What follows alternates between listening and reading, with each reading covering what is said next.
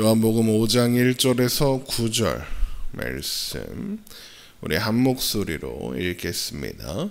그 후에 유대인의 명절이 되어 예수께서 예루살렘에 올라가시니라. 예루살렘에 있는 양문 곁에 히브리 말로 베데스다라 하는 못이 있는데 거기 행각 5이 있고 그 안에 많은 병자, 맹인, 다리 저는 사람, 혈기 마른 사람들이 누워 물의 움직임을 기다리니 이는 천사가 가끔 못해서 내려와 물을 움직이게 하는데 움직인 후에 먼저 들어가는 자는 어떤 병에 걸렸든지 낫게 되미로라. 거기 38해 된 병자가 있더라. 예수께서 그 누운 것을 보시고 병이 벌써 오래된 줄 아시고 이르시되 내가 낫고자 하느냐. 병자가 대답하되 주여 물이 움직일 때에 나를 못에 넣어주는 사람이 없어 내가 가는 동안에 다른 사람이 먼저 내려가나이다. 예수께서 이르시되 일어나 내 자리를 들고 걸어가라 하시니 그 사람이 곧 나아서 자리를 들고 걸어가니라. 이날은 안식일이니. 아멘. 유대인의 명절이 되었을 때 아마도 6월절이었을 겁니다. 예수님은 예루살렘에 올라가셨습니다. 요한복음 5장 1절입니다.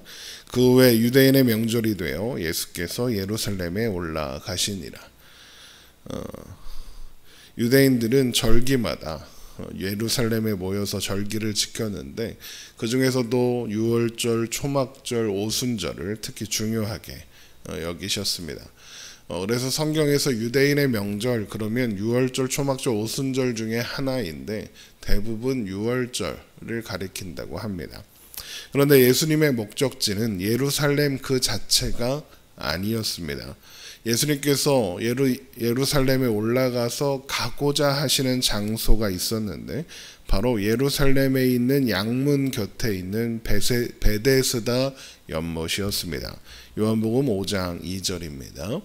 예루살렘에 있는 양문 곁에 히브리 말로 베데스라라 하는 못이 있는데 거기 행각 5이 있고 예루살렘에 있는 양문이라는 건 예루살렘 성 동북쪽에 있는 양의 문 이것을 가리키는 겁니다. 거기 그 문으로는 희생제사에 사용하는 양들이 들어가는 드나드는 문이다라고 해서 양문이라고 했다고 합니다. 그 문이 양문이 된 것은 레위인들이 그 문으로 양들을 데리고 나와서 베데스다 연못에서 양들을 씻겨서 다시 제사를 드리기 위해 다시 그 문으로 들어갔다.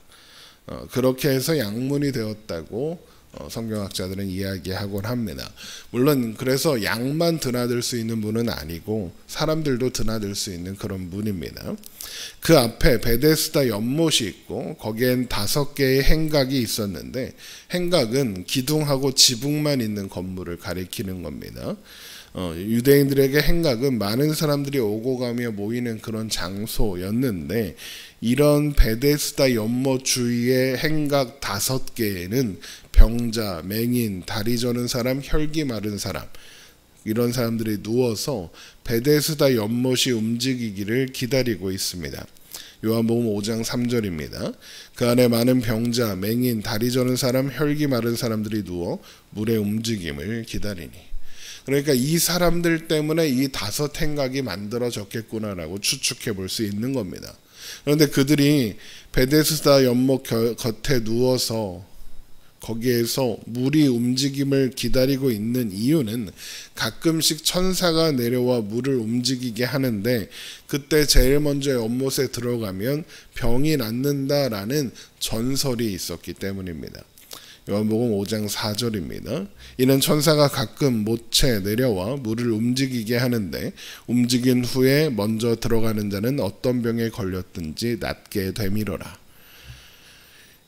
여기 물이 움직인다라는 것에 이게 어떤 의미냐라는 것에 대해서는 여러 가지 추측들이 있습니다. 먼저는 그저 전설이다. 그래서 물은 움직이는 일이 없었다.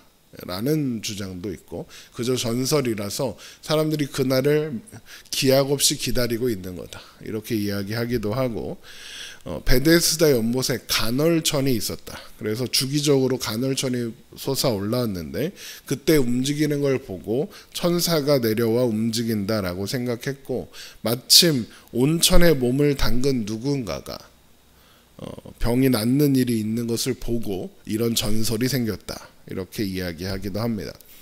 하지만 어쨌든 추측일 뿐 어떤 일이 있었는지는 우리는 알 수 없습니다. 진짜로 천사가 내려와서 물을 움직이게 했을 수도 있으니까요. 물이 움직인 후에 제일 먼저 들어가는 자가 어떤 병에 걸렸든지 낫게 된다라는 전설이 있었다는 것은 사실입니다. 그래서 병들어 소망이 없이 살아가는 사람들에게 베데스다 연못은 그 이름 그대로 치유의 가능성을 보여주는 자비의 집, 은혜의 집으로 보였을 겁니다. 베데스다는 은혜의 집 이런 뜻입니다. 자비의 집 이런 뜻입니다. 그런데 이 베데스다는 자비의 집, 은혜의 집일 수가 없었습니다. 그 이유가 무엇이냐? 물이 움직이는 게 사실인지, 그리고 그때 들어가면 정말 병이 나을 수 있는지는 확실하지 않습니다. 하지만 그곳에 모여있는 사람들은 물이 움직일 때 제일 먼저 들어가는 사람만이 병이 나을 수 있다고 믿고 있었습니다. 그렇다면 그곳에 모여있는 사람들은 서로를 어떻게 생각했겠습니까? 함께 아파하고 힘들어하는 동료라고 생각했겠습니까? 그렇지 않죠. 경쟁자고 적입니다. 그래서 조금이라도 먼저 물이 움직이는 것을 발견하기 위해서 어떻게든 연못이 잘 보이는 곳에 앉으려고 좋은 자리를 두고 싸웠을 것이고, 또 어떻게 해서든지 먼저 들어가기 위해서 행각에 모여 있는 겁니다. 물이 움직이는 그 순간 베데스다 연못가에 있는 행각에 모여 있는 그 사람들, 그 자리는 그야말로 아수라장이 될 겁니다. 서로 먼저 물에 들어가려는 사람들, 또 자신이 빨리 갈 수 없으니까 앞서 가려는 사람을 못 가게 막으려고 잡는 사람들이 막 뒤엉킬 겁니다. 자비의 집 베데스다에 자비가 없고 치열한 경쟁과 반목만이 가득했다라고 우리는 충분히 생각할 수 있는 겁니다. 그런데 그런 곳에 38년을 보낸 병자가 있습니다. 요한복음 5장 5절입니다. 거기 38해 뵌 병자가 있더라. 38년을 베데스다 연못 행각에서 지냈다는 말은 그가 가진 병이 당시에 의술로는 고칠 수 없는, 그러니까 치유될 수 없는 불치병, 난치병, 치유될 가능성이 전혀 없는 병이었다라는 의미입니다. 돌봐주는 이도 없다는 병자의 말로 미루어 보아서 그는 38년 동안 거기서 구걸하며 연명했을 겁니다. 물이 움직일 때 제일 먼저 들어갈 수 있는 날을 기대하고 소망하면서 그렇게 38년을 지냈을 겁니다. 그리고 지금은 거의 포기 상태였겠죠. 물이 언제 움직일지도 잘 모르겠고, 또 물이 움직인다고 해도 다른 사람들보다 먼저 들어갈 자신이 없었을 테니까요. 그런데 어느 날 이 사람을 예수님이 찾아가시는 겁니다. 가서 물으십니다. 내가 낫고자 하느냐?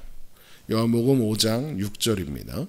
예수께서 그 누운 것을 보시고 병이 벌써 오래된 줄 아시고 이르시되 내가 낫고자 하느냐? 38년을 병자로 살아온 그에게 내가 낫고자 하느냐라는 질문은 뭔가 당연해 보이고 필요 없는 질문처럼 보이지 않습니까? 물이 움직이며 먼저 들어가기 위해서 서로를 반목하며 또 서로에게 관심을 가지지 않았던 그 자리에서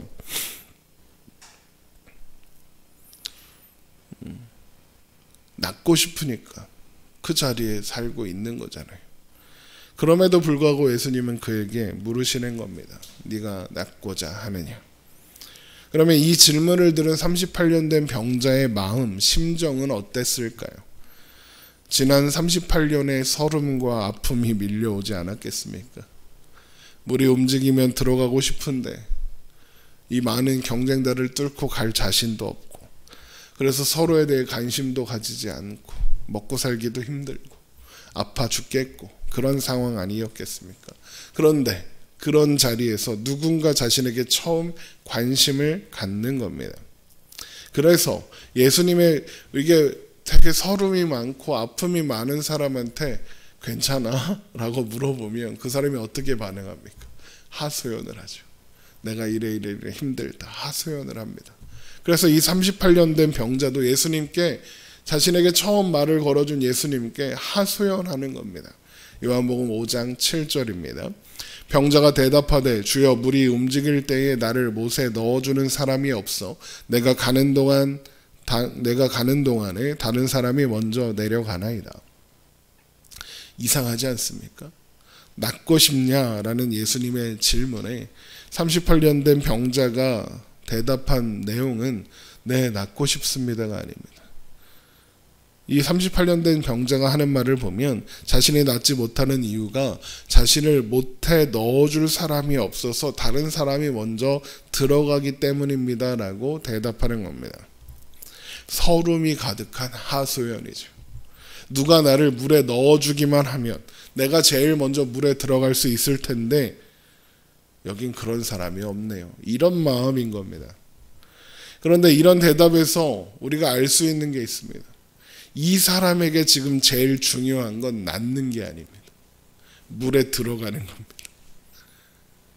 낫는 것을, 자신이 왜 거기 있는 것, 그리고 물에 왜 들어가려고 하는지 잊어버린 겁니다. 물에 제일 먼저 내려가는 것이 문제의 해결이라고 지금 생각하고 있습니다. 남들보다 먼저 내려가는 것과 남들이 먼저 내려가는 것과 자신을 물에 데려다 줄 사람이 없는 것이 자신의 문제라고 생각하고 있는 겁니다. 이 사람은. 그런데 이 사람이 가진 문제가 정말로 물에 데려다 줄 사람이 없어서 다른 사람들이 먼저 물에 들어가서 그게 문제인 거예요. 아닙니다.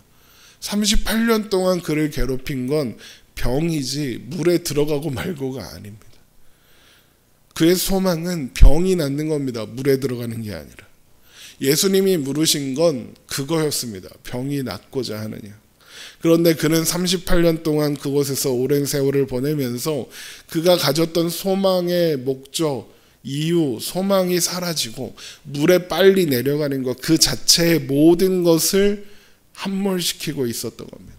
거기에만 지금 집중하고 있는 거죠. 이 모습은 오늘을 살아가는 수많은 사람들의 모습이기도 합니다. 오늘날 많은 사람들이 좋은 학벌이 없다는 것, 돈이 없다는 것, 우리 부모가 금수저가 아니라는 것, 이게 인생의 문제라고 생각합니다. 그래서 좋은 학벌을 가진 사람이, 돈이 많은 사람이, 금수저를 물고 태어난 사람이 나보다 앞서간다. 그러니 나도 좋은 학벌, 돈이 필요하다 이렇게 생각합니다. 그러다 어떤 자리에 가느냐, 그런 걸 열심히 해도 저 사람들을 따라갈 수 없구나, 이게 문제구나, 좌절하고 절망하는 겁니다. 그래서 좋은 학벌, 돈, 지위, 명예 이런 것들이 인생의 궁극적인 가치가 되고 목적이 되어버립니다.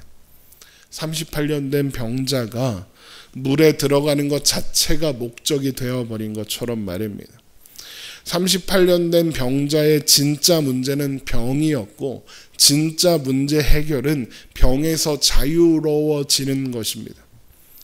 그 마찬가지로 오늘날 우리가 살아가는 이 세상의 문제는 죄라는 병이고 진짜 문제 해결은 죄에서 자유로워지는 겁니다. 바로 그런 근본적인 문제를 해결하시려고 예수님이 우리에게 오신 것 아니겠습니까? 누가복음 5장 31절 말씀 보겠습니다. 누가복음 5장 31절.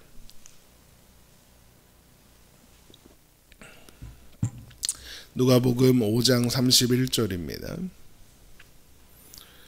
예수께서 대답하여 이르시되 건강한 자에게는 의사가 쓸데없고 병든 자에게라야 쓸데있나니 내가 의인을 부르러 온 것이 아니요 죄인을 불러 회개시키러 왔노라. 그런데 우리는 예수님께 물에 넣어줄 사람이 없다고 하소연하는 이 38년 된 병자처럼 하소연합니다. 하나님, 저한테 돈이 없습니다. 하나님, 제가 좋은 대학에 가질 못했습니다. 좋은 직장이 없습니다. 돈이 없습니다. 다른 사람들이 나를 인정해 주지 않습니다. 항상 누군가가 나보다 먼저 앞서가고 나보다 그런 물에 먼저 들어갑니다 라고 말합니다. 그러면 예수님이 우리에게 뭐라고 대답하시겠습니까? 너의 문제는 그게 아니다. 네가 느끼고 있는 삶의 무게, 네가 생각하고 있는 삶의 문제, 돈, 학벌, 명예, 지위 이런 것들은 너를 행복하게 하는 이유도 조건인도 목적도 아니다. 너에게 정말로 필요한 건 죄사함이고 거듭남이며 그래서 들어가는 하나님 나라다. 하나님 나라가 너에게 가장 필요한 선물이다. 그것이 너에게 정말로 필요한 문제의 해결이다 라고 말씀하실 겁니다. 그래서 사마리아 여인에게도 하나님 나라를 선물로 주시는 겁니다. 물에 넣어줄 사람이 없다고, 그래서 나보다 다른 사람들이 먼저 물에 들어간다고 하소연하는 병자에게 예수님께서 일어나 내 자리를 들고 걸어가라 라고 말씀하시는 것처럼 일어나 그 자리를 떠나라 하실 겁니다. 예수님께서 일어나 내 자리를 들고 가라 라고 말씀하시자 병자는 병이 나았고 예수님의 말씀대로 자리를 들고 걸어갑니다. 요한복음 5장 8절입니다. 예수께서 이르시되 일어나 내 자리를 들고 걸어가라 하시니 그 사람이 곧 나아서 자리를 들고 걸어가니라. 그가 머물던 자리, 자비의 집이라는 이름을 가졌으나 반목과 경쟁만이 가득한 자리, 바로 그곳에서 경쟁에 승리하는 것이 문제 해결의 방법이라고 생각했던 그 자리를 떠나기 시작한 겁니다. 다른 사람들이 오매불망 움직이기를 바라보고 있는 그 베데스다 연못에서 눈을 돌려 등지고 뒤로, 베데스다 연못을 뒤로 하고 걸어가는 겁니다. 예수님은 이 38년 된 병자를 움직이는 물에 넣어주지 않으셨습니다. 말씀하셨습니다. 예수님의 말씀이 그가 전부라고 생각했던 그 자리를 두고 떠나게 하셨습니다. 그러자 그가 생각했던 문제는 이제 더 이상 아무것도 아니게 되었습니다.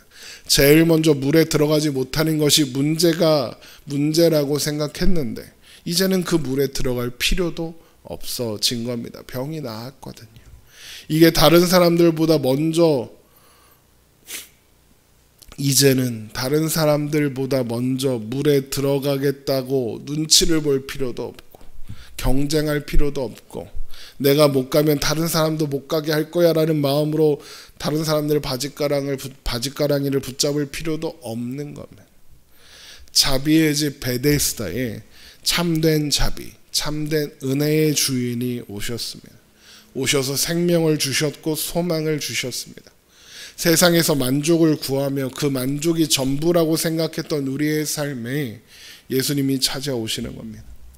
야곱의 우물에서 깃는 물이 인생의 유일한 해결책이라고 생각했던 사마리아 여인에게 영원히 목마르지 않고 영생하도록 솟아나는 샘물이 되신 예수님께서 38년 동안 베데스다 연못에 들어가시는 것이 인생의 유일한 해결책이라고 생각했던 병자에게 찾아가셔서 생명이 되신 예수님께서 우리의 삶에 찾아오신 겁니다. 오셔서 이 세상의 조건과 상황이 더 이상 아무것도 아닌 것이 되게 하는 하나님 나라를 선물로 주셨습니다. 우리의 전부가 되시는 하나님을 선물로 주셨습니다. 그래서 우리 인생의 궁극적인 목적이 그런 것들이 아니라는 거예요. 부자가 되고 성공하는 것이 우리 인생의 행복이 아니라는 것을 확인하게 하시고 그래서 알게 하셨습니다.